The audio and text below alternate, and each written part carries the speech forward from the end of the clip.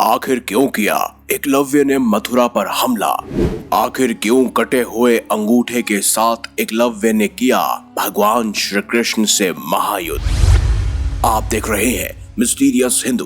तो चलिए अब करते हैं ज्ञान की बात। वीडियो में आगे बढ़ने से पहले हमारे चैनल को सब्सक्राइब अवश्य करें और बेल आइकन जरूर दबाएं। साथ ही कमेंट बॉक्स में जय श्री कृष्ण अवश्य लिखिएगा। जब जब महाभारत के महान धनुर्धारियों की बात की जाती है तब उसमें एकलव्य का नाम भी अवश्य लिया जाता है। एकलव्य एक ऐसा धनुर्धारी, अगर उसका अंगूठा दान में ना मांगा गया होता तो शायद वो महाभारत की पूरी कहानी को ही बदल कर रख देता। एकलव्य हिरण्यधनु नामक निषाद के पुत्र थे। उनके पिता ऋष्यवेर राज्य के राजा थे।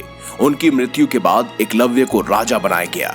उसने निषाद भीलों की एक विशाल सेना बनाई और अपने राज्य का विस्तार करना आरंभ किया। वहीं कहते हैं कि एकलव्य भगवान श्री कृष्ण के परम शत्रु यानी कि जरासंध से जाकर मिल गया था। कहते हैं जरासंध के कहने पर ही एकलव्य ने स्वयं मथुरा पर हमला किया था और उस समय एकलव्य का सीधे तौर पर युद्ध हुआ भगवान श्री कृष्ण की सर्वश्रेष्ठ नारायणी सेना से और उसके बाद स्वयं भगवान श्री कृष्ण से। कहते हैं जब एकलव्य मथुरा पर चढ़ाई करने आया तो उसने नारायणी सेना का संहार करना शुरू कर दिया। भगवान श्री कृष्ण एकलव्य के उस हमले से बहुत ही चकित थे, क्योंकि बिना अंगूठे के तीर चलाते हुए भगवान श्री कृष्ण ने आज तक किसी भी योद्धा को नहीं देखा था। और वो योद्धा कोई और नहीं बल्कि एकलव्य था, जिसके बाणों में इतनी शक्ति थी कि वो एक ही बाण से 2 से 3 सैनिकों को तो चुटकी बजाते ही मार दे रहा था। उस दिन एकलव्य बिना अंगूठे के तीर चलाते हुए पूरी यादव सेना का संहार करता जा रहा था। एकलव्य को अच्छे से अच्छे धनुर्धारी भी नहीं हरा पा रहे थे। एकलव्य बिना अंगूठे के मात्र 2 उंगलियों से वो पराक्रम दिखा रहा था, जिसे देखकर स्वयं भगवान श्री कृष्ण भी हैरान थे। और फिर वो हुआ जिसने एकलव्य को इतिहास में सदा के लिए अमर कर दिया। आखिर क्या निकला एकलव्य और भगवान श्री कृष्ण के युद्ध का परिणाम? इस युद्ध कथा के बारे में आगे और विस्तार से जानने से पहले आपको ये बता दूं कि एकलव्य के बारे में बहुत सारे मिथ फैलाए गए हैं, जिनमें से एक तो ये भी था कि वो एक साधारण सा वीर था और निर्धन जंगली व्यक्ति था।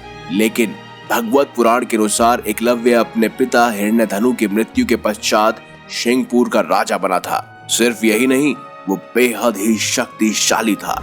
उसका हाथ सीधे तौर पे जरासंध से जा मिला था। कहते हैं जरासंध ने कुल मिलाकर 18 बार मथुरा पर आक्रमण किया था और उसमें हर बार एकलव्य उनके साथ होते थे। लेकिन एक ऐसा भी मौका आया जब आखिरी बार एकलव्य और भगवान श्री कृष्ण का मुकाबला हुआ, जब जरासंध ने मथुरा पर 18वीं बार आक्रमण किया और उस समय भी एकलव्य उनके साथ ही थे। उस युद्ध में भगवान श्री कृष्ण ने जब एकलव्य को 2 उंगलियों से उच्च निपुणता के बाण चलाते हुए देखा तो वो खुद हैरान थे। वो सोच विचार में थे कि अगर गुरु द्रोणाचार्य इनसे अंगूठा ना लेते तो आखिर एकलव्य कितना बड़ा धनुर्धारी बन जाता। वो पहले ही समझ गए थे कि एकलव्य आगे चलकर धर्म स्थापना के मार्ग में एक अवरोध बन सकता है। इसीलिए उन्होंने उसके वध का निश्चय किया।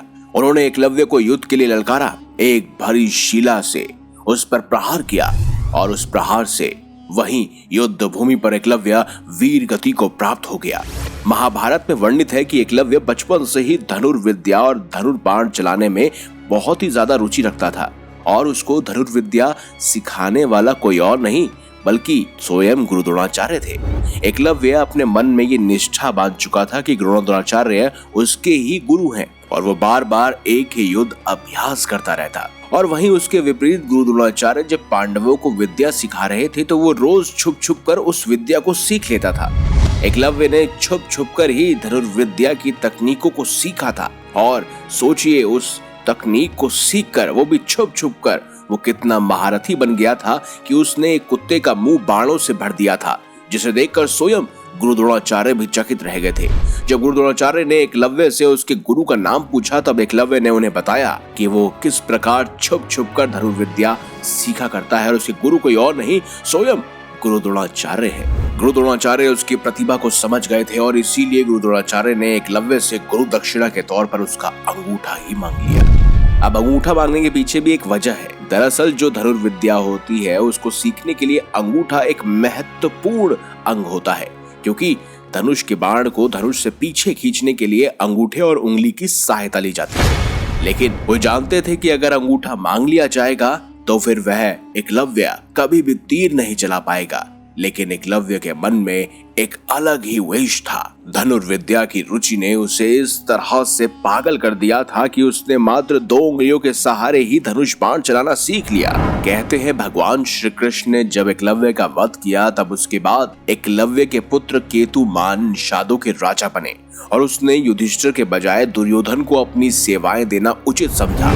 महाभारत के युद्ध में उसने कौरवों की ओर से युद्ध किया और अंत में युधिष्ठिर के हाथों एकलव्य पुत्र केतुमान को वीर गति मिली। महाभारत के कुछ संस्करणों में ऐसा कहा गया है कि एकलव्य युधिष्ठिर के राजस्वी यज्ञ में भी आया था, किंतु मूल व्यास महाभारत में इसका कोई वर्णन नहीं है। वही महाभारत के युद्ध के बाद जब सभी पांडव अपनी वीरता का बखान कर रहे थे, तब श्री कृष्ण अर्जुन से कहते हैं कि तुम्हारे प्राणों की रक्षा के लिए मैंने क्या क्या नहीं किया।